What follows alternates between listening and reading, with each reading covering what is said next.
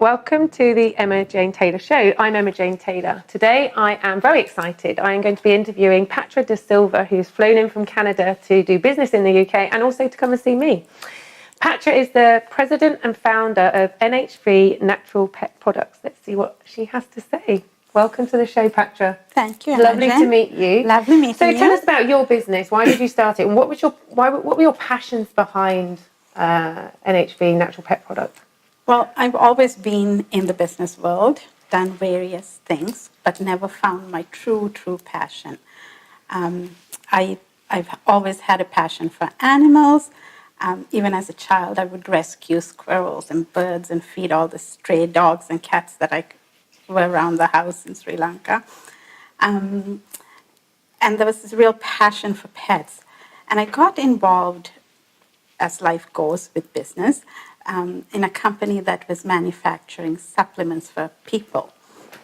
I had adopted a little stray dog from Sri Lanka, and I brought her back with me to Canada. And as with most pets, they have health issues, and I really got tired of feeding her the pharmaceuticals continuously because she would always go and get into garbage no matter what. She was one of those dogs that didn't matter what you did, she could smell the garbage.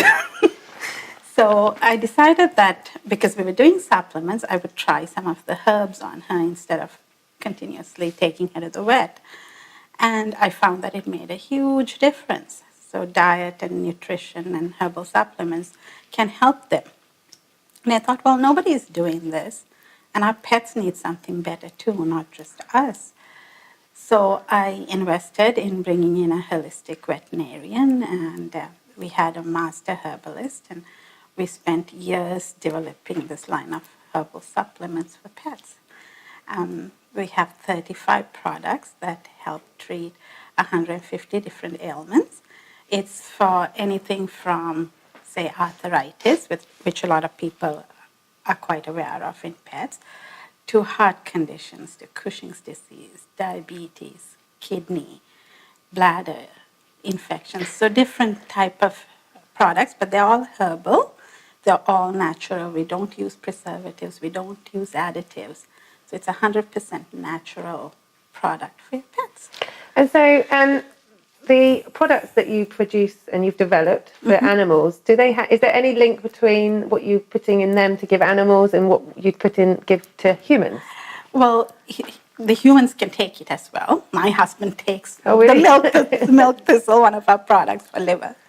The difference is that there are some herbs that pets can't use that people can.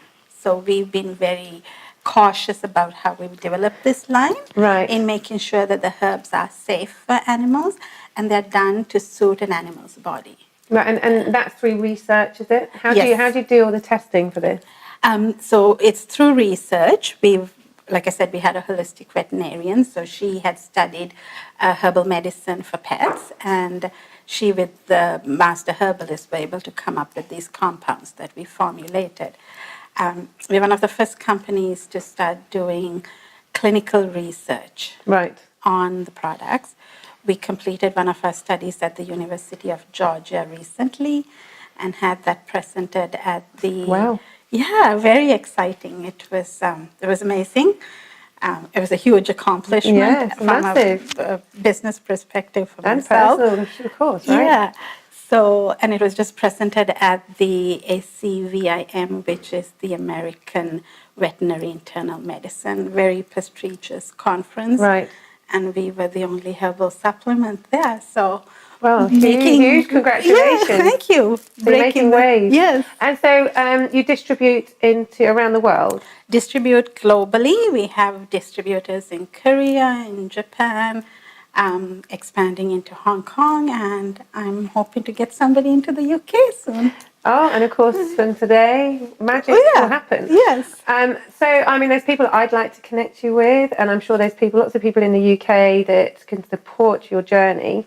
And it's interesting you're in Hong Kong and Japan, because I never thought they were huge animal lovers. Well, Korea too, right? Very big in Korea.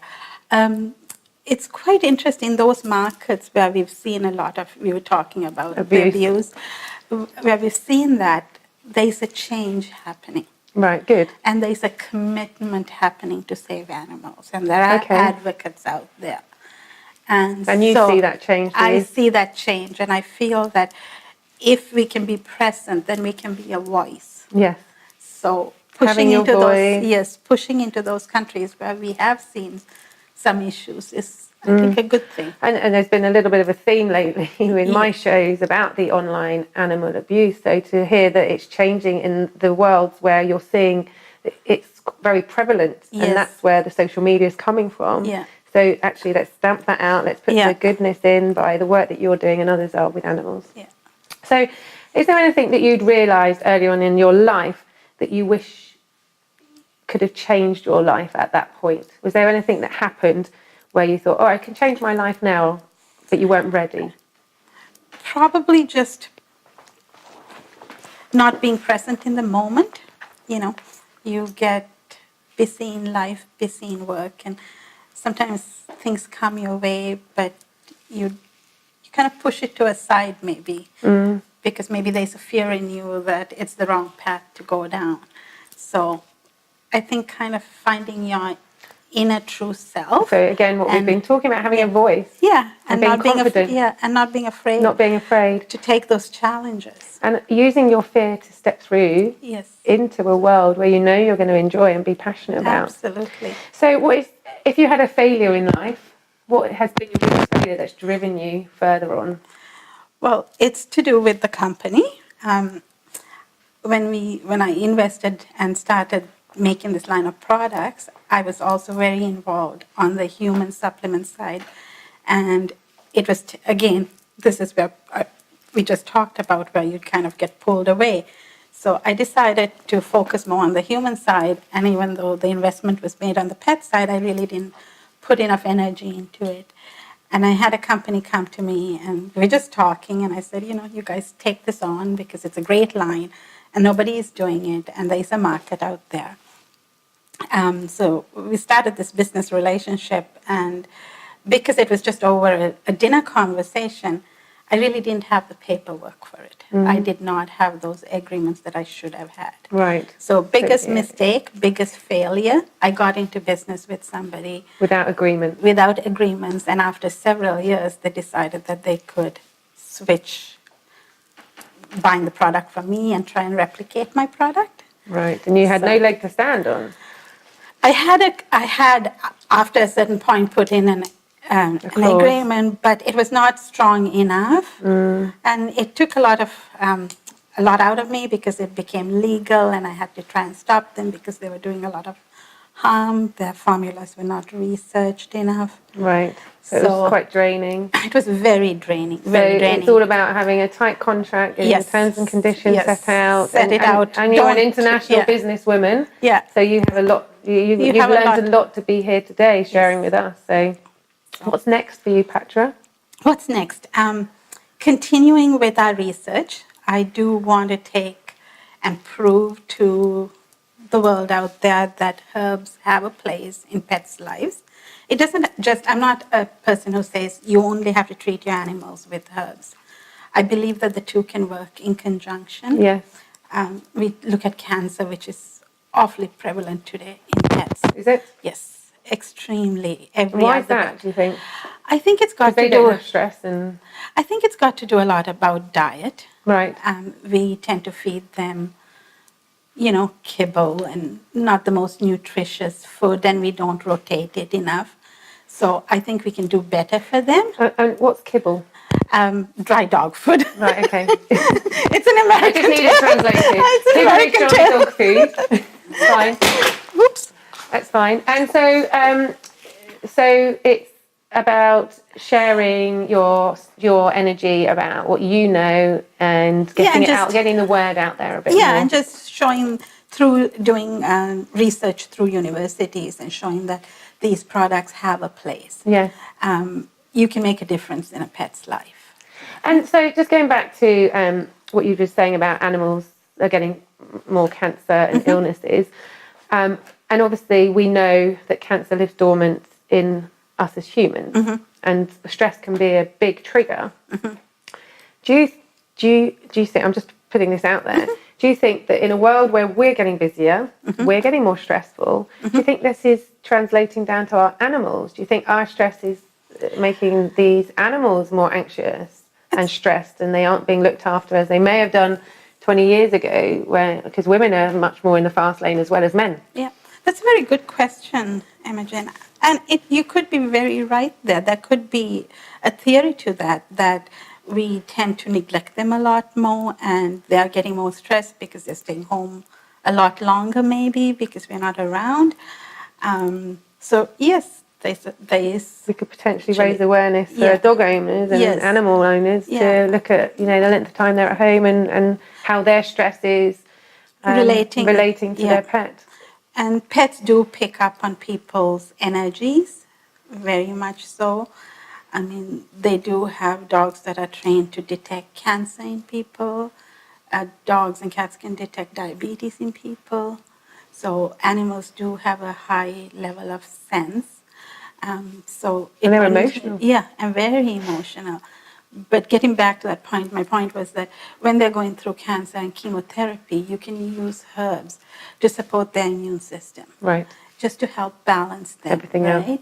So there is a place for the two, and I'm a strong proponent of that. And I think we do better for our pets if we are able to treat them.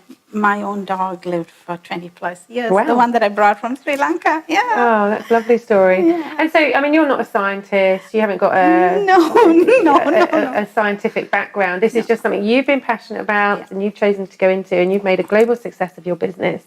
And when I say, what is your passion? Your passion is your business. Do you have any other passions in life? I enjoy gardening, and I do enjoy my pets. I've got another dog and 3 cats, and enjoying life and stepping out and doing all the things that you might have been fearful from. Absolutely. And what's your website, Patra? It's www.nhvnaturalpetproducts.com. Thank you very much for coming on the show. Thank you for having me. So we were connected from Barbara Moa. Yes. And Barbara is the ambassador and the president of GYB in Grow Your Biz in America and Canada. And I'm now the co-chair for the London entity. So it's really great to meet you. And thank you very much for coming on the show. And I hope you have every success with your business. Thank you so much for having me. Look forward to seeing you again. Okay. If you'd like more information on today's show or to get in touch with Patra, please contact the www.emmajanetaylorshow.co.uk. Contact our pet experts today to see if Yucca is right for your pet. Don't forget to subscribe to our YouTube channel for more helpful pet tips.